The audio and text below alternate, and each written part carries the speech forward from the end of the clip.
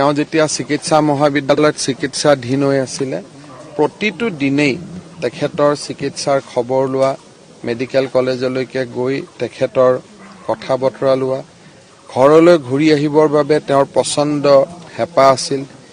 কেতিয়াবা খং উঠিছিল ডাক্তৰে ৰিলিজ কৰিব নোৱাৰিলে অভিমানত তেওঁ খোৱা এৰি দিছিল এটা সময়ত আমি তেওঁক হস্পিটালৰ পৰা আহিব দিব খোজা নাছিলো কিন্তু এটা সময়ত তেখেতৰ মান আৰু অভিমানৰ ওচৰত আমি হাৰ মানিছিলো বিশেষকৈ যেতিয়া ঘৰৰ পৰা আমাক ক'লে যে মেডিকেলত এই ধৰণে থকাতকৈ ঘৰত থাকিলে সাৰে বেছি সুবিধা পাব হয়তো স্বাস্থ্যৰ সোনকালে উন্নতি হ'ব তেতিয়া আমি তেখেত মেডিকেল কলেজৰ পৰা তেখেত ঘূৰি আহিছিল ব্যক্তিগত জীৱনত বিশেষকৈ মোৰ মুখ্যমন্ত্ৰীৰ কাৰ্যকালত হয়তো মোৰ ভালখিনিক বহুতে প্ৰশংসা কৰিব আৰু বেয়াখিনিক কোনোবাই ইমান বেয়াকৈ লিখিব যে সেইখিনি হয়তো মই নপঢ়িম কিন্তু সঁচাক সঁচা বুলি কোৱা আৰু মিছাক মিছা বুলি কোৱা আৰু মোক কক্ষচ্যুত হলে কক্ষলৈ উভতাই আনিব পৰা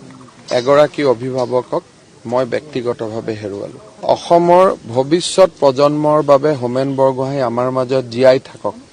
তাৰ বাবে ৰাজ্য চৰকাৰে সকলোখিনি কৰিব এটা খোজ আমি বেছিকৈ দিম এটা খোজ আমি কম কৰি নিদিওঁ আৰু দুই এটা ইতিমধ্যে পৰিকল্পনা ৰনোজ পেগু ডাঙৰীয়াই মোৰ লগত পাতিছে তেওঁলোকৰ লগত আজিও আপুনি পাতিব পাৰে বা দুটা দিন পিছত যেতিয়া কথা বতৰাবিলাক আৰু অলপ ঠিক কৰিব পৰা পৰ্যায়ত আহিব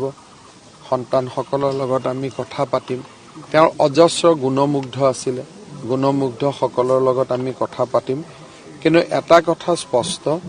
যে পাৰ্থিৱ শৰীৰ এই জগতৰ পৰা আঁতৰি যোৱাৰ পিছতো হোমেন বৰগোহাঁইক তেখেতৰ সৃষ্টি তেখেতৰ আদৰ্শক আমি আমাৰ ভৱিষ্যত প্ৰজন্মৰ বাবে জীয়াই ৰাখিম তাৰ বাবে যিমানখিনি কৰিব লাগে তাতকৈ এখোজ আমি বেছিকৈ কৰিম